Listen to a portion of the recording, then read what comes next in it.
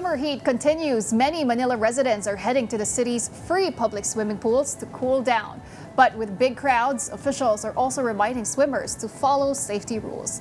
Mobile journalist Daniel Dayaw has this report. Ngayong tag-init, may mga palibreng pool dito sa Maynila. Kaya susubukan natin yan. Ano, tara? Under the scorching heat, many of our kapatids are flocking to free swimming pools around Manila, a quick and accessible way to beat the heat.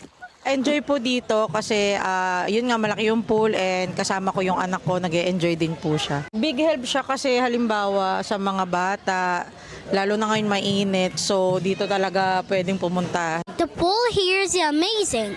I had so much fun. And as hundreds of people come in, officials started to double their efforts in enforcing pool rules like no diving, no running, and other basic safety guidelines. Ayun po talaga, meron talagang may encounter din kami ng mga pasaway, lalo na't binabanggit po namin yung mga rules and regulation po namin dito. Kabataan, talagang di mapipigilan yung mga ganyang na hindi nila masunod. To further safeguard the swimmers, 3 lifeguards and 3 security personnel are now deployed around the facility. So far, officials say no major incidents have been reported. So far, since April 4 na nag-start kami, wala naman kami nangyayaring aksidente. At kita mo, mayroon pang nag-warning, makasamahan natin. Tsaka may security tayo. Tsaka pag may nawawala naman, ang tamang naka-report. O may dati may nakawala ng kwintas, naisoli naman kagad na nakuha ng caretaker natin. It was also emphasized that the water cleanliness and safety measures are heavily considered.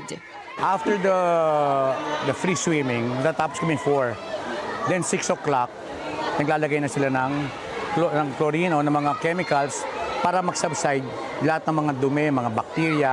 Then the following morning, which is 6 o'clock in the morning, doon kami nagva-vacuum at nag-filtrate. Kaya every morning, kulay blue ang tubig namin. Well-maintained naman. Still, the facilities director stressed that safety does not depend solely on present officials, as discipline from swimmers play a crucial role in a more safe and enjoy summer. Well, pinaka-importante, siyempre, bawal ang inuman. Bawal kumain sa loob ng pool, bawal magkalat.